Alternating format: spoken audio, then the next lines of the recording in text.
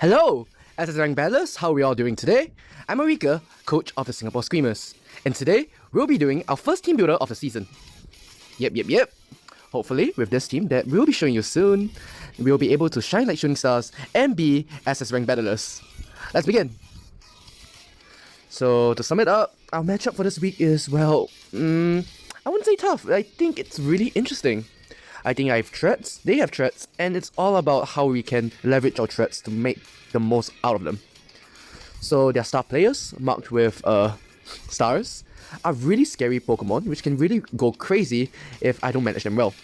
If I get complacent or give up tempo, Roaring Moon can D-dance, Enamorous can start superpowering with Contrary, and Wellspring can SD up. It's very scary. It's not fun. Not only that, but there's also a lot of utility in like the mons that they can bring. There's a Wellspring, which has Encore. We have Cinderace with Court Change, Sunny Sharks with Screens, Intimidate Incineroar, etc, etc. There's a lot they can bring to the table, and it is a lot to consider and prep for. They also, besides their star players, they have other threats like Terra Flying Cobalion, or Sunny Shocks, or even Muk, because Muk can actually do a lot of damage to my team. It can eat hits, and it can also eat hits and also dish them out. Very scary.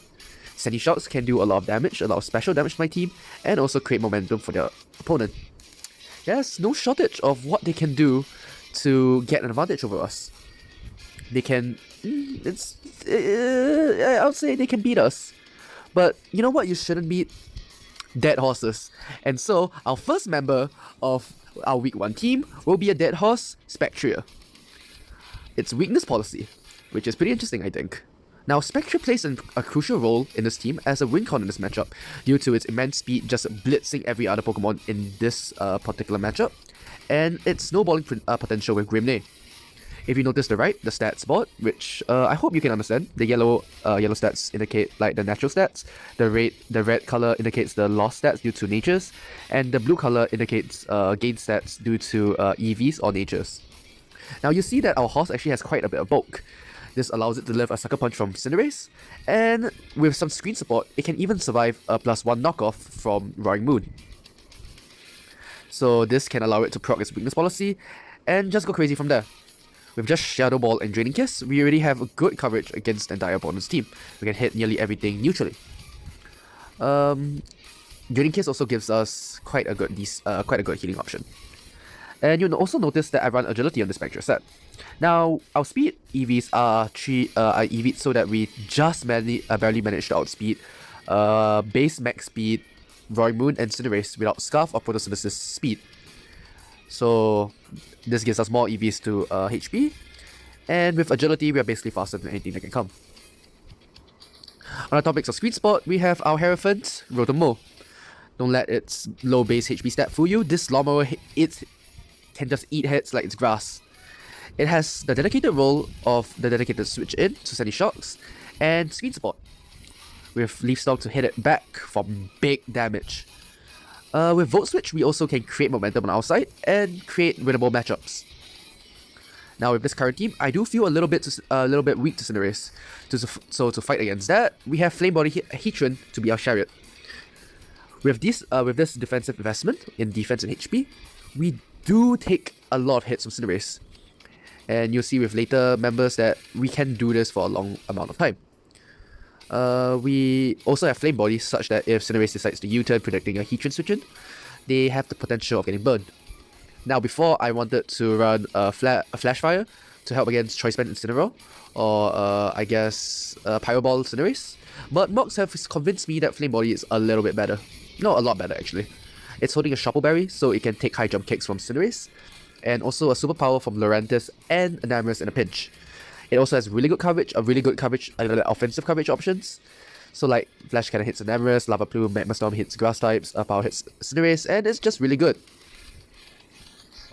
Now, with Heatran, and with how it's so dedicated to dealing with Cinderace, it's going to get chipped down over time without any reliable healing. That is until you consider our Wish Passer, Screamtail, which is an extraordinary Wish Passer.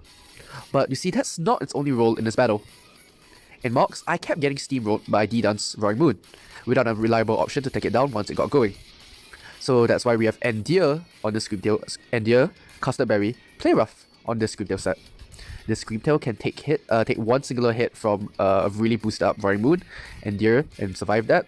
And with Custard Berry, hit back with a 4 times effective Play Rough, that is guaranteed to KO in one hit, as long as there is not too much of HP or defense investment.